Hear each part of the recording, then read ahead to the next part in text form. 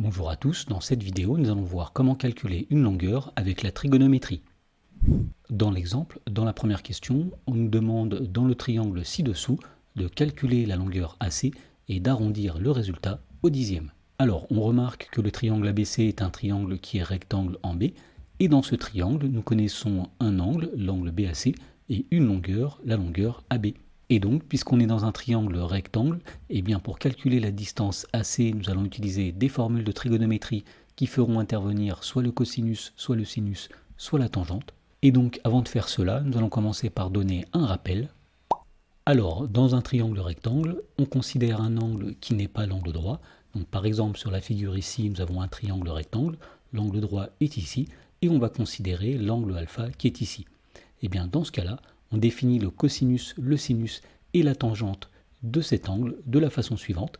Donc tout d'abord, le cosinus de cet angle, c'est la longueur du côté adjacent divisé par l'hypoténuse.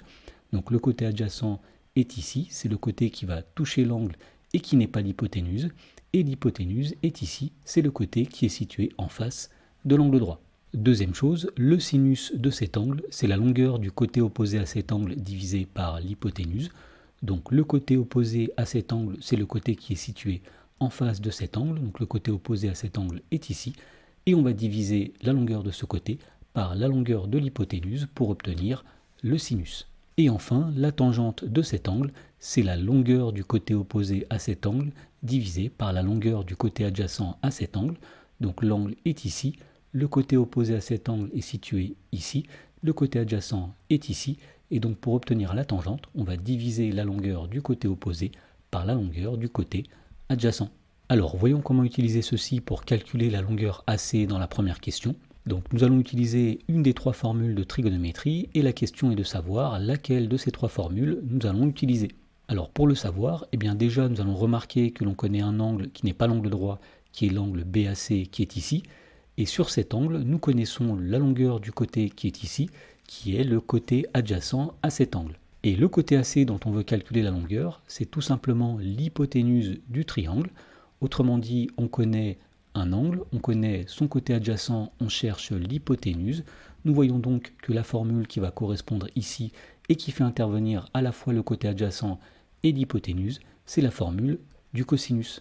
Et donc pour appliquer cette formule, on va commencer par dire que dans le triangle ABC qui est rectangle en B, eh bien le cosinus de l'angle BAC, c'est-à-dire l'angle qui est ici, eh bien on sait que c'est la longueur du côté adjacent à cet angle. Donc le côté adjacent à l'angle BAC, c'est le côté AB, donc ici nous allons mettre AB, divisé par l'hypoténuse, et l'hypoténuse ici c'est AC. La longueur de l'hypoténuse, c'est la distance AC. Voilà, une fois qu'on a écrit la formule, on va tout simplement remplacer les éléments qu'on connaît par leur valeur. On connaît la mesure de l'angle BAC, puisqu'on sait que l'angle BAC vaut 50 degrés. On connaît aussi la distance AB qui vaut 6 cm, donc ici nous mettons 6, et on cherche à calculer la distance AC. Et donc à partir de là, pour déterminer la distance AC, nous allons utiliser une règle de 3, ou autrement dit un produit en croix. Et pour faire cela, on va commencer par remarquer que le nombre cosinus de 50 degrés est égal à cosinus de 50 degrés divisé par 1, ce qui nous permet d'avoir deux rapports à gauche et à droite de l'égalité et de pouvoir faire cette règle de 3. Donc pour obtenir AC, on va tout simplement dire que AC, c'est 6 multiplié par 1 divisé par cosinus de 50 degrés. Et pour obtenir un résultat arrondi au dixième, eh bien nous allons prendre une calculatrice. Alors avant d'effectuer le calcul sur la calculatrice, il faut vérifier qu'on est bien en mode degré, ce qui est le cas ici. Et on va taper ensuite 6 multiplié par 1 divisé par cosinus de 50 degrés. Et on obtient ici environ 9,33. Autrement dit, la distance AC vaut approximativement 9,3 cm arrondi au dixième. Dans la question numéro 2, on nous demande dans le triangle ci-dessous de calculer la longueur NP et d'en donner une valeur approchée au millimètre. Donc ici nous avons un triangle qui est rectangle en N, nous connaissons un angle, nous connaissons une longueur et on cherche à calculer une deuxième longueur de ce triangle. Alors l'angle qu'on connaît c'est l'angle PMN qui est ici, la longueur du côté qu'on connaît c'est la longueur de l'hypoténuse puisque c'est le côté qui est situé en face de l'angle droit Et le côté dont on cherche à calculer la longueur, c'est le côté NP qui est ici, c'est le côté qui est situé en face de l'angle PMN. Donc les deux longueurs qui sont en jeu ici, c'est le côté opposé à l'angle PMN et l'hypoténuse du triangle. Donc on voit que la formule que nous allons utiliser, c'est la formule qui fait intervenir le sinus, c'est-à-dire le côté opposé divisé par l'hypoténuse. Alors pour calculer la longueur NP, on va commencer par dire que dans le triangle PMN, qui est rectangle en N, eh bien le sinus de l'angle PMN, c'est-à-dire le sinus de l'angle qui est ici, eh bien c'est la longueur du côté opposé à cet angle, c'est-à-dire la longueur du côté PN, donc ici nous mettons PN, divisé par la longueur de l'hypoténuse, et l'hypoténuse ici c'est PM. Alors on sait que l'angle PMN vaut 34 degrés, donc ici nous allons écrire que le sinus de 34 degrés est égal donc à la longueur PN que l'on ne connaît pas et que nous allons laisser telle qu'elle, divisé par la longueur PM dont on sait qu'elle vaut 4,5 cm.